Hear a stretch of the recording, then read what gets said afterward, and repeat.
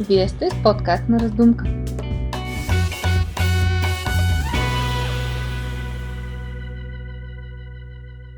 На времето фолклора не се изучаваше, защото той беше наистина реалност.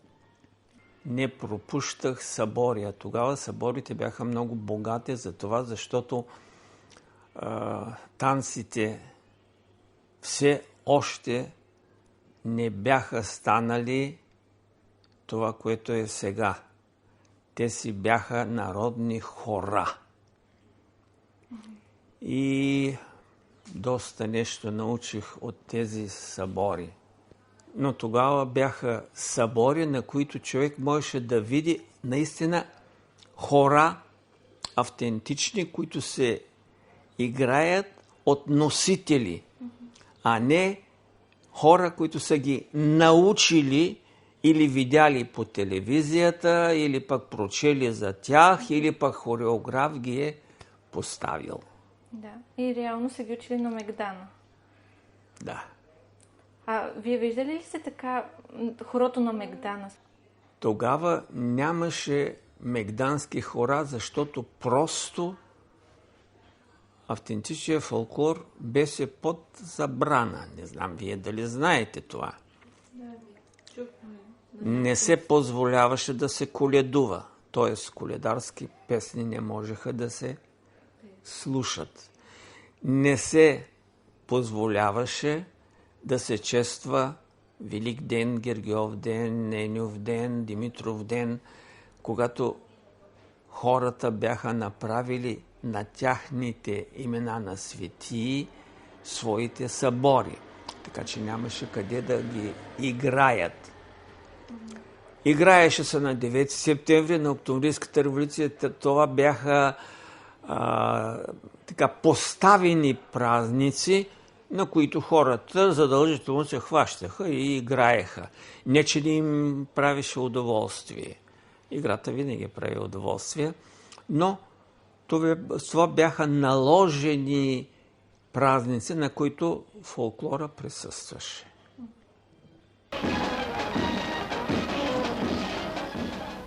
Тези години се отразиха от една страна положително, защото всяко село, читалището се стараеше да има някакъв състав. И тези, които имаха малко от малко мозък тогава, си правиха и състави, така както ги наричаме сега, състави за изворен фолклор. Хореограф означава човек, който описва графически танца. Той го записва.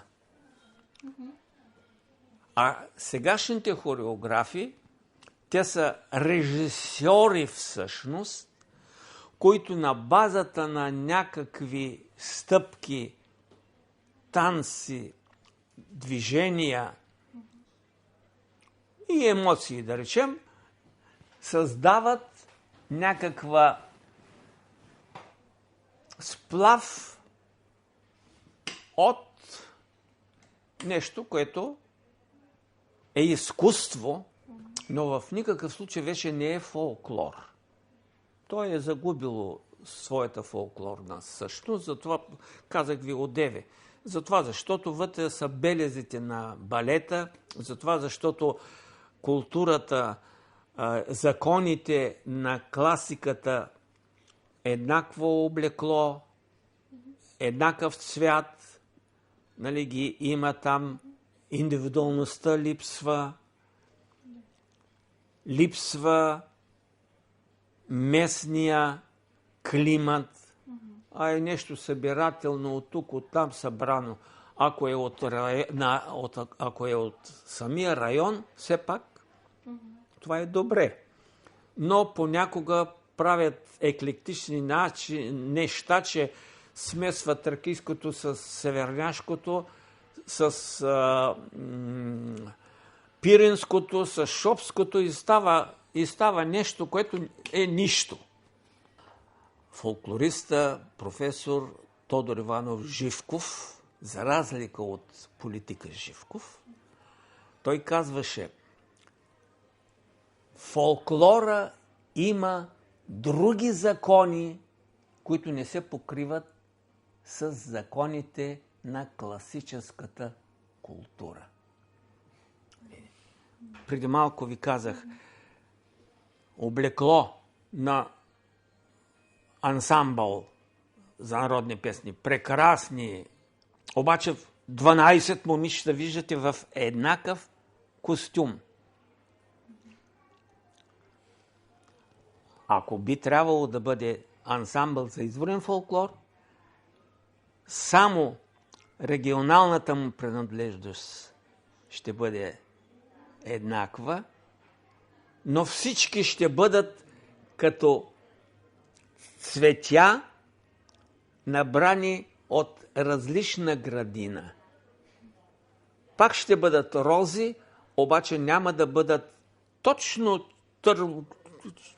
кърваво-червени, например, или пък само бели рози. В такъв аспект ние трябва да си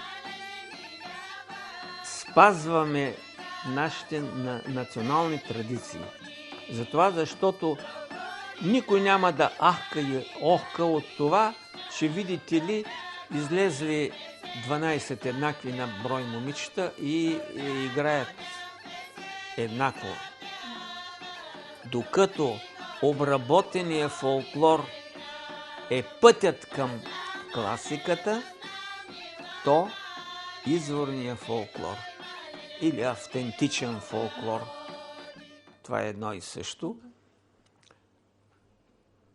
Пак повтарям, това е корена на народното творчество, което е свързано с обстоятелството, че е местно, на местно равнище, че е предаване от поколение на поколение, че в него има импровизаторски, т.е. иновации, но, както казах, в течение на времето една иновация може да стане факт там. Това е еднакво важни са и двете течения. Важното е да разберем, че не бива да унищожаваме автентичното за сметка на обработката. Обработката има своите достоинства, но корена, основата, това е изворното. Както при песента, така и при танца. И общо взето вече го няма тази жизненост в хорото, както преди сте я виждали. Или? Да, няма го, но то не може и да се покаже. Не може да съществува за това, защото няма онзи живот, който да предостави тази душевност. Душевността сега е изменена, затова, защото ние по друг начин живеем. Фолклора всъщност е селската култура. Ама ние и в селото вече нямаме селени. Затова, защото селската работа е непривична. Всичко е машини. Откъде тогава да дойде и тази душевност? Затова каквото е записано, каквото можем да запазим все още, би трябвало да се прекланяме пред него. И е хубаво, че сте се захванали вие да редите, да записвате, да запомняте и, дай Боже, да създадете и литература за това нещо.